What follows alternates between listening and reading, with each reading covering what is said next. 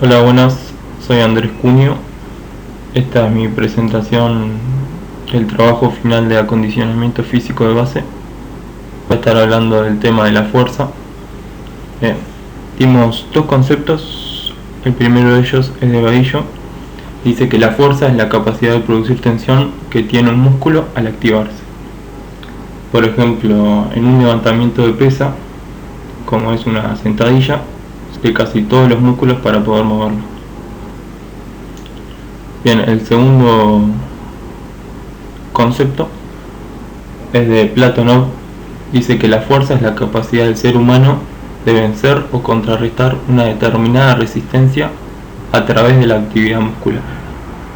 Cuando habla de vencer o contrarrestar una determinada carga, se refiere a que se tiene que realizar una X fuerza para poder movilizarla. Por ejemplo, una mancuerna de 10 kilos se tiene que realizar 10 kilos más para poder movilizarlo. Bien, vamos a hablar ahora de factores o determinantes que inciden en la fuerza. Por primero son los factores intrínsecos, que son los factores propios al sujeto. El tamaño muscular de la sección transversal de la fibra muscular se refiere a que a mayor área transversal del músculo, mayor fuerza. Por ejemplo, en dos personas que tienen el mismo volumen muscular, pero una de ellas tiene mayor longitud, o sea, más largo, y la otra tiene mayor área transversal, la última es más fuerte. Aunque tengan el mismo volumen muscular, la que tiene mayor área va a ser más fuerte. Segundo, la bioquímica muscular, potencial enzimático de los sustratos.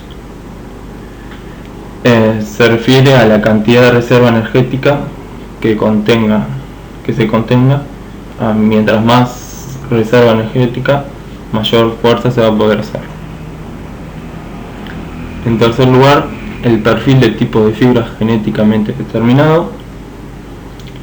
Están las fibras blancas y las fibras rojas, que tienen sus propias características, y dependiendo de la predominancia de un tipo o de otra, la capacidad de generar fuerza varía. El ejemplo es que las blancas, que son las rápidas, son las que generan más fuerzas por su composición. Bien, luego están los factores extrínsecos. Que son los extrínsecos, son los factores no propios al sujeto. Está el tamaño corporal, la fuerza relativa y la fuerza absoluta. Bien, la fuerza absoluta es la capacidad de ejercer la máxima fuerza sin tener en cuenta el peso corporal, y la fuerza relativa sí tiene en cuenta el peso corporal. Un ejemplo, son dos personas que su máximo levantamiento en un press de banca son 100 kilos, pero una de las personas pesa 75 kilos y la otra pesa 80 kilos. Bueno, los dos van a tener la misma fuerza absoluta, pero el que pesa menos va a tener más fuerza relativa. Bien, después el mecanismo neuromuscular, la coordinación inter e intramuscular. A mayor coordinación de los movimientos, también un ejemplo en el press de banca, si vos no tenés coordinación y la barra se te mueve, vas a poder realizar menos fuerza, vas a poder cargar menos la barra. Eso se ve más en los principiantes, porque al correr de las semanas y de los entrenamientos, lo que se va a mejorar va a ser la coordinación de ese movimiento, de los músculos y de poder lograr ese movimiento, y se va a notar en que van a poder cargar más la barra. Bien, después están los factores psicológicos y emocionales, Por ejemplo, la motivación, la concentración, el espíritu de sacrificio, los miedos, todo eso son factores que afectan a la descarga de impulsos. Entonces, la fuerza varía en esos determinados momentos. Bien, vamos a ver ahora tipos de fuerza. Primero, la fuerza-resistencia. La fuerza-resistencia es mantener un nivel de fuerza el mayor tiempo posible. Esto se ve más que nada en casi todos los deportes, grupales y individuales también, como el fútbol, el básquetbol, el handball, etc.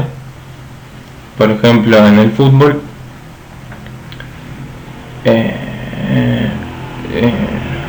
como hay que mantener y poder resistir, correr muchos minutos, saltar, hacer piques, todo eso. Después, la fuerza máxima es la mayor fuerza que se puede realizar concentrada en un solo movimiento, una sola vez. Por ejemplo, en una competencia de levantamiento de pesas. Vamos a hablar fuerzas que se trabajan en la sala de musculación.